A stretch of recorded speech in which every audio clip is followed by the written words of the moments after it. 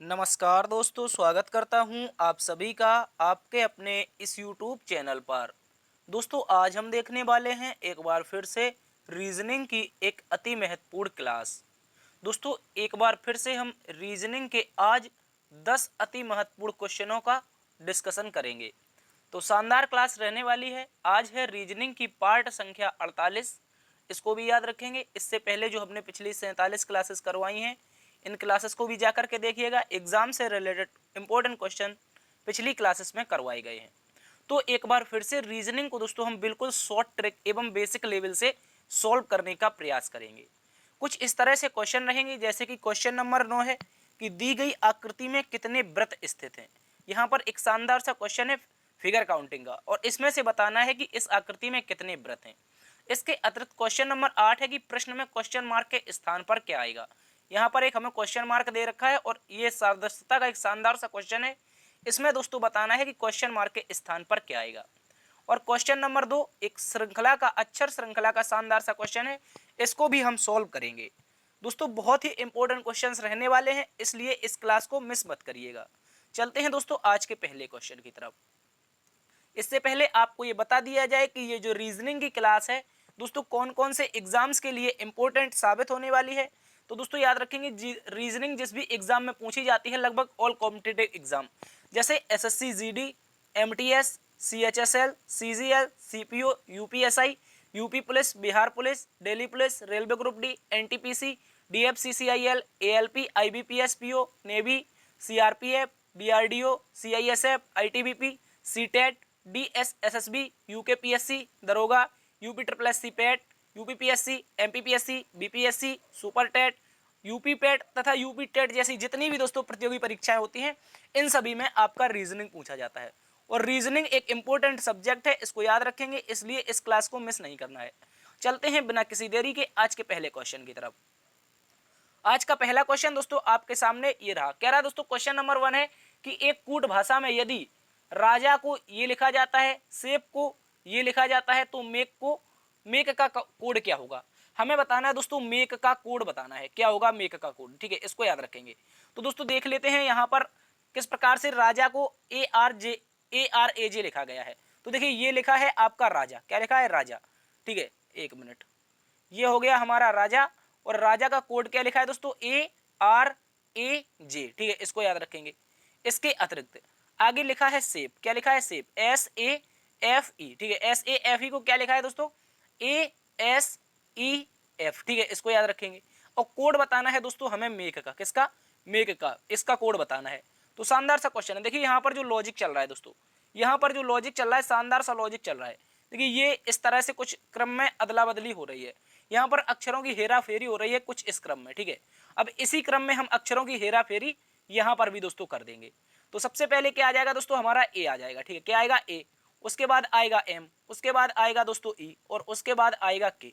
तो AME के कौन से ऑप्शन में दे रखा है, ए के ये गलत है, एम के ये गलत है, AE के एम है यहाँ पर। ठीक है, और यहाँ पर क्या है AE के। ठीक है, AME के। ठीक है, ये याद रखेंगे, ऑप्शन नंबर ए हमारा सही उत्तर हो जाएगा। ठीक है, शानदार सा क्वेश्चन था, नंबरों की हेरा फेरी यहाँ पर चल रही थी, इसको आप लोग याद रखेंगे। चलते हैं दूसरे क्वेश्चन की तरफ।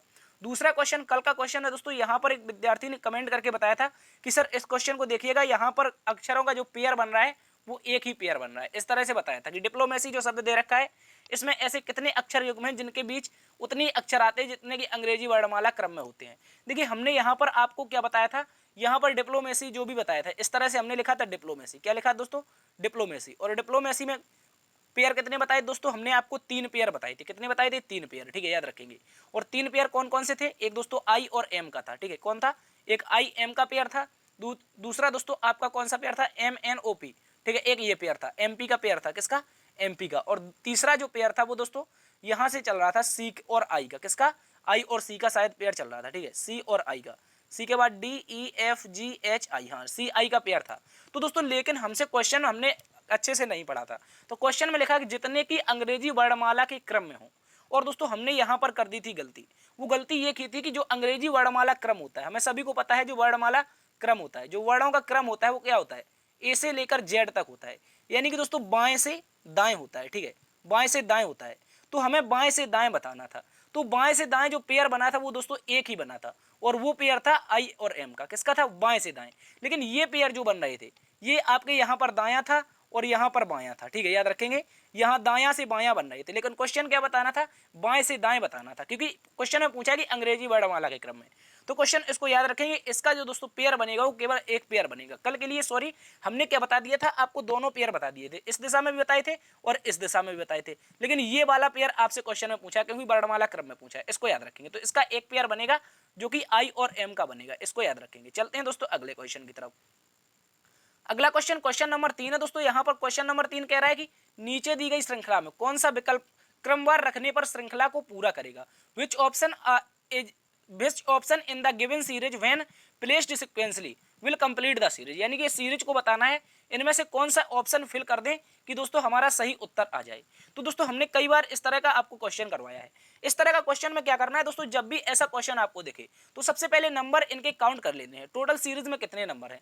तो काउंट करते हैं, 1 2 3 4 5 6 7 8 9 10 11 12 13 14 15 और 16।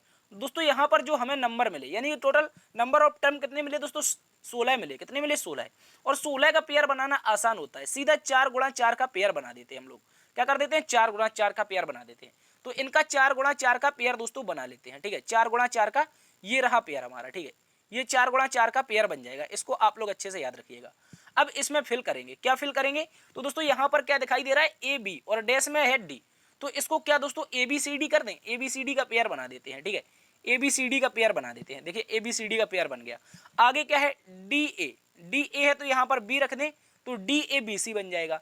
तो यहाँ पर क्या हो जाएगा दोस्तों? सी डी ए बी हो जाएगा, ठीक है, सी डी ए बी हो जाएगा। और यहाँ पर क्या होना चाहिए? बी सी डी ए होना चाहिए। क्या होना चाहिए? B C D A. देखिए यहाँ पर जो क्रम चल रहा है दोस्तों, यहाँ पर जो क्रम चल रहा है वो ए बी सी डी का क्रम चल रहा है। किसका? ए बी और सी डी। और इनका जो क्रम बना है, इनका क्रम कैसे बना है? देखिए इस बार लास्ट वाला नंबर उठा के आगे लाएंगे, और लास्ट वाला उठाकर आगे लाएंगे तो डी ए बी और सी, ठीक है, इसको याद रखेंगे। अब यहाँ पर जो लास्ट में बचेगा, अब यहाँ पर लास्ट में बचेगा सी, ठीक है, यहाँ पर लास्ट में सी बचेगा। तो इस बार क्या लाएंगे? सी को उठा करके लाएंगे। तो अब क्या बचेगा? सी डी, उसके बाद क्या हो जाएगा? ए बी, ठीक है, सी डी ए बी, ठीक है, इसको याद रखेंगे। अब क्या करना है दोस्तों, यहाँ पर बी लास्ट में है तो बी नंबर को पहले उठाया, और उसके बाद क्या है? यहाँ पर पहले 3 एज इट इज रख देंगे, यानी कि सी डी सी डी ए, ठीक है, इस तरह से पेयर बनेगा। तो आशा करते हैं क्वेश्चन आपको समझ में आया होगा। देखिए इसमें चल क्या रहा था, इसमें आसान लॉजिक था। देखिए इसमें क्या कर रहा था, यहाँ पर लास्ट में डी है, इस डी को उठाकर पहले स्थान पर ले आए। उसी प्रकार अब देखिए यहाँ पर लास्ट में सी है, और सी को उठाकर पहले स्थान पर लाए और आगे का एज इट इज रखा, ठीक है, आगे का एज इट इज रखा, इसको याद रखेंगे, ठीक है। और आगे देखिए यहाँ पर, एक मिनट, यहाँ पर हमने क्या किया? सी को पहले स्थान पर लाए और आगे के 3 नंबर एक तरह से रखे। अब देखिए यहाँ पर बी को उठा करके लाए पहले स्थान पर, और जो आगे के 3 नंबर थे ये एज इट इज रख दिए, इसको याद रखेंगे। इसका जो क्रम चल रहा था ए बी सी डी का क्रम चल रहा था, और जो हमने नंबर फिल किए वो दोस्तों क्या किया है? सबसे पहले सी को फिल किया है, उसके बाद दोस्तों हमने बी को फिल किया है। किसको? बी को। और उसके बाद दोस्तों ए फिल किया है, और उसके बाद दोस्तों सी, और उसके बाद ए, यानी कि सी बी ए सी ए, सी बी ए सी ए, ठीक है, ये रहा सी बी ए सी ए।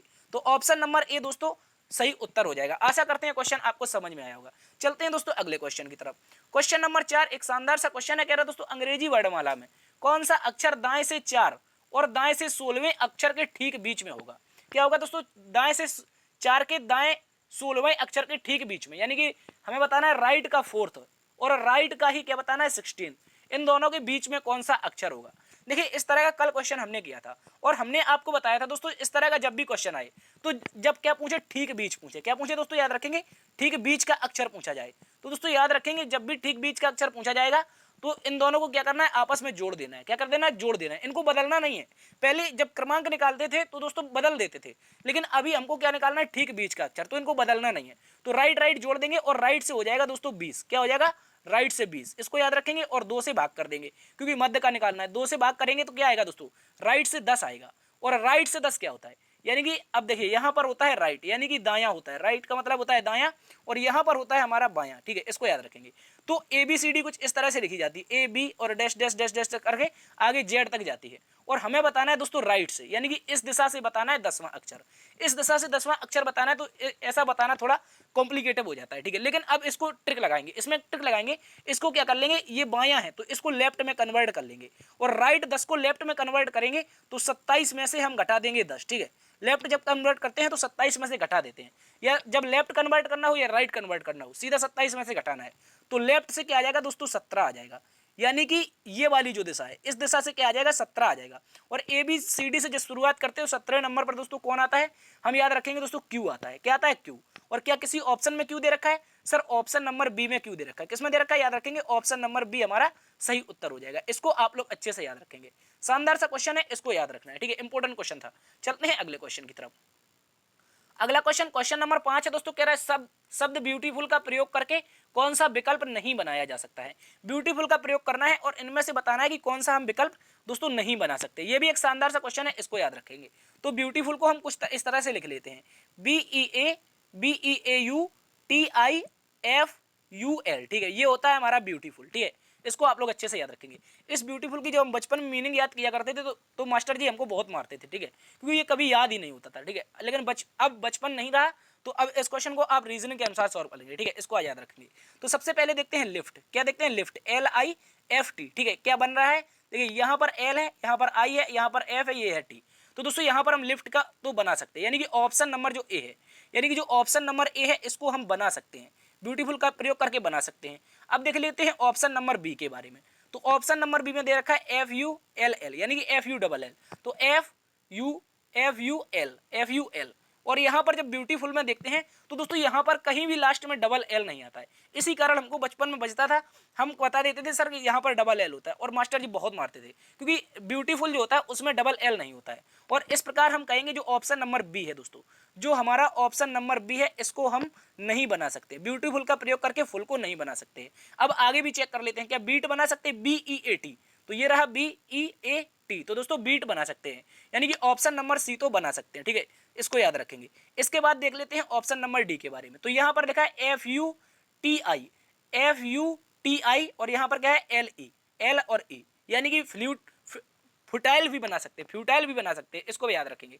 तो फ्यूटाइल बना सकते हैं, इसका मतलब केवल नंबर ऑप्शन बी जिसमें हम लिखा हुआ है हमको मिला है फुल, FULL, तो डबल एल है नहीं ब्यूटीफुल में, तो इस प्रकार से यही नहीं बना सकते हैं। चलते हैं अगले क्वेश्चन की तरफ।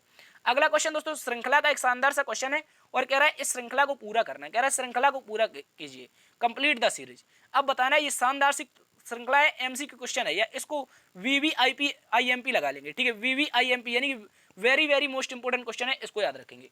तो देखिए यहाँ पर चल क्या रहा है, इसमें जो लॉजिक चल रहा है, अगर अंतर देखने जाते हैं दोस्तों 5 का अंतर है, आगे अंतर देखने जाएंगे तो भी 5 का अंतर है, और आगे अंतर देखेंगे दोस्तों यहाँ पर हमें मिलेगा 11 का अंतर, और आगे अंतर देखेंगे दोस्तों कितने का मिल जाएगा, यानी कि 17 का अंतर मिल जाएगा। तो इस तरह से अंतर से कोई लॉजिक पता नहीं चल रहा है। जब पता नहीं चल रहा है तो क्या करेंगे, इसके लिए दूसरा लॉजिक लगाएंगे। अब देखिए इसमें लॉजिक क्या लगेगा, यहाँ पर हम क्या करें, पहली दो संख्या को जोड़ें, क्या करें, पहली दो संख्या को जोड़ लेते हैं, ठीक है, इसको याद रखेंगे। यहाँ पर हम पहली दो संख्याओं को जोड़ लेते हैं, यहाँ पर 3 और प्लस 8, ठीक है, और अपने मन से यहाँ पर 2 जोड़ देते हैं, तो क्या दोस्तों हो जाएगा, हमारा 13 हो जाएगा, ठीक है, इसको याद रखेंगे। अब इसी प्रकार से अगली दो संख्या को जोड़ते हैं, यानी कि 8 और 13 को, किसको जोड़ेंगे दोस्तों, 8 और प्लस में 13, तो 13 8 कितना होता है 21, और अब की बार जोड़ देंगे 3, ठीक है, इसको याद रखेंगे। तो दोस्तों कितना हो जाएगा, 24 हो जाएगा, इसको याद रखेंगे। इसके बाद क्या करना है, अगली दो संख्याओं को जोड़ना है, 24 और 13, यानी क्या जोड़ना है दोस्तों, 24 प्लस में 13, और अब की बार अपने मन से क्या जोड़ देंगे, अपने मन से अब की बार जोड़ देंगे 4। 4 क्यों जोड़ेंगे, क्योंकि देखिए पहले 2 जोड़ा, फिर 3 जोड़ा, अब की बार क्या जोड़ रहे हैं, 4 जोड़ रहे हैं। तो इस प्रकार से जो बनेगा 13 4 17, 17 और 4 21 20 41, यानी कि 41 भी आ चुका है। अब देखिए यहाँ पर क्या करना है, एक और नंबर दे रखा है, और हमें क्वेश्चन मार्क के स्थान पर बताना है, यानी कि अगली दो संख्या 24 और प्लस में 41 जोड़ दें, ठीक है, और अब की बार क्या जोड़ेंगे दोस्तों, 5 जोड़ेंगे, क्योंकि क्रम चल रहा था 2 जोड़ा, 3 जोड़ा, 4 जोड़ा और 5 जोड़ा। अब देखिए इनको अब जोड़ लेते हैं, तो 24 और 5 हो जाएगा 29, 29 में 31 हो जाएगा, और 40 30 70 हो जाएगा, कितना हो जाएगा, याद रखेंगे 40 प्लस 30 होता है दोस्तों 70। तो क्या किसी ऑप्शन में है, सर ऑप्शन नंबर ए हमारा सही उत्तर हो जाएगा, ठीक है, इसको याद रखेंगे। तो क्वेश्चन मार्क के स्थान पर आएगा 70, ठीक है, इसको याद रखेंगे, शानदार सा क्वेश्चन है, क्वेश्चन मार्क के स्थान पर 70 आएगा। बढ़ते हैं दोस्तों अगले क्वेश्चन की तरफ। अगला क्वेश्चन, क्वेश्चन नंबर 7 है, कह रहा है दिए हुए प्रश्न में लुप्त पद ज्ञात कीजिए। शानदार सा क्वेश्चन दे रखा है और लुप्त पद कहां पर दिया है, ये वाला लुप्त पद ज्ञात करना है। क्वेश्चन मार्क के स्थान पर बताना है दोस्तों क्या आएगा, ठीक है, इसको याद रखेंगे। तो इसको बहुत ही आसान लेवल से सॉल्व करते हैं। देखिए यहां पर क्या दे रखा है, हमको 5 3 दे रखा है, 6 8 दे रखा है। जब भी इस तरह का क्वेश्चन आए तो दोस्तों या तो ऊपर का सॉल्व करना है, नीचे का सॉल्व करना है, या फिर बाएं का सॉल्व करना है और दाएं का, ठीक है, इसको याद रखेंगे। तो हम क्या करते हैं, ऊपर नीचे का पहले सॉल्व करके देखते हैं, ठीक है, ऊपर नीचे का पहले सॉल्व करते हैं। क्या किसी प्रकार इसका प्रयोग करके 6 ला सकते हैं? तो दोस्तों क्या करें, 6 का गुणा कर दें 5 में, 6 पंचे 30 और 8 तिया का 24, 24 और 30 का अंतर 6 हो जाएगा। देखिए यहाँ पर एक लॉजिक चल रहा है। लॉजिक क्या चल रहा है, यहाँ पर इन दोनों का क्या कर दें दोस्तों, आपस में मल्टीप्लाई कर दें। ये जो 6 और 5 दे रखा है, क्या दे रखा है दोस्तों, 6 और 5 दे रखा है, इनका क्या कर दें दोस्तों, मल्टीप्लाई कर दें, ठीक है, इनका मल्टीप्लाई कर दें और उसके बाद इसका भी मल्टीप्लाई कर दें। तो ऊपर हो जाएगा दोस्तों 30 और नीचे हो जाएगा 24 और इन दोनों का क्या ले लेंगे, डिफरेंस। तो बराबर में कितना हो जाएगा, 6, जो कि बीच में दे रखा है। अब क्या यही लॉजिक ऊपर चल रहा है दोस्तों, अब 10 और 4 का मल्टीप्लाई करेंगे तो कितना आ जाएगा हमारा 40, कितना आ जाएगा 40, और नीचे करेंगे 7 दूना का 14, तो इसमें 14 घटा देंगे तो 14 जाएगा 40 में से, तो कितना बचेगा 6 6 यानी कि 26 26 बचेगा। क्या 26 है, हाँ सर ऑप्शन में 26 भी दे रखा है बीच में, ठीक है, इसको याद रखेंगे। अब यही क्रम यही लॉजिक लगाते हुए इन दोनों का क्या करेंगे दोस्तों, मल्टीप्लाई करेंगे। तो कितना हो जाएगा, 9 सत्ते 63 हो जाएगा, और नीचे भी हम क्या करेंगे, मल्टीप्लाई करेंगे। तो डिफरेंस करेंगे 8 चंके 48 हो जाएगा, ठीक है। अब इन दोनों को घटा लेते हैं, 48 और 63 में कितने का अंतर है, तो होता है यहाँ पर जाएगा 13 में से 5 जाएगा तो 8 बचेगा, ठीक है, सॉरी 13 में से 8 जाएगा तो 5 बचेगा, और यहाँ पर क्या बचेगा, 1 बचेगा, ठीक है, इसको याद रखेंगे। तो 15 आएगा। क्या किसी ऑप्शन में 15 है, सर ऑप्शन नंबर ए में 15 है। ऑप्शन नंबर ए एक बार फिर से सही उत्तर हो जाएगा। लॉजिक क्या चल रहा था, ऊपर ऊपर का मल्टीप्लाई, नीचे नीचे का मल्टीप्लाई, और क्या करना है दोस्तों, दोनों का डिफरेंस लेना है, मिडिल का नंबर आ जाएगा, ठीक है, इसको याद रखेंगे। तो इसका राइट आंसर बनेगा ऑप्शन ए 15। चलते हैं अगले क्वेश्चन की तरफ। अगला क्वेश्चन, क्वेश्चन नंबर 8 है, कह रहा है दिए हुए प्रश्न में प्रश्नवाचक चिन्ह के स्थान पर क्या आएगा। What will come in the place of question mark in the given questions, ठीक है, इसको याद रखेंगे। तो दिए हुए प्रश्न में क्वेश्चन मार्क के स्थान पर बताना है, यानी कि पहले ही नंबर पर क्वेश्चन मार्क दे रखा है। तो देखिए यहाँ पर देखते हैं तो किस प्रकार से लॉजिक चला है, तो इसको देख लेते हैं। इसको देख लेंगे तो हमारा लॉजिक आगे भी पता चल सकता है। तो सबसे पहले लिखा हुआ है 8 और इसका अनुपात किससे है, याद रखेंगे, इसका अनुपात है 26 से, ठीक है, इसको याद रखेंगे। तो दोस्तों यहाँ पर जो लॉजिक चल रहा है, यहाँ पर एक लॉजिक बनाते हैं।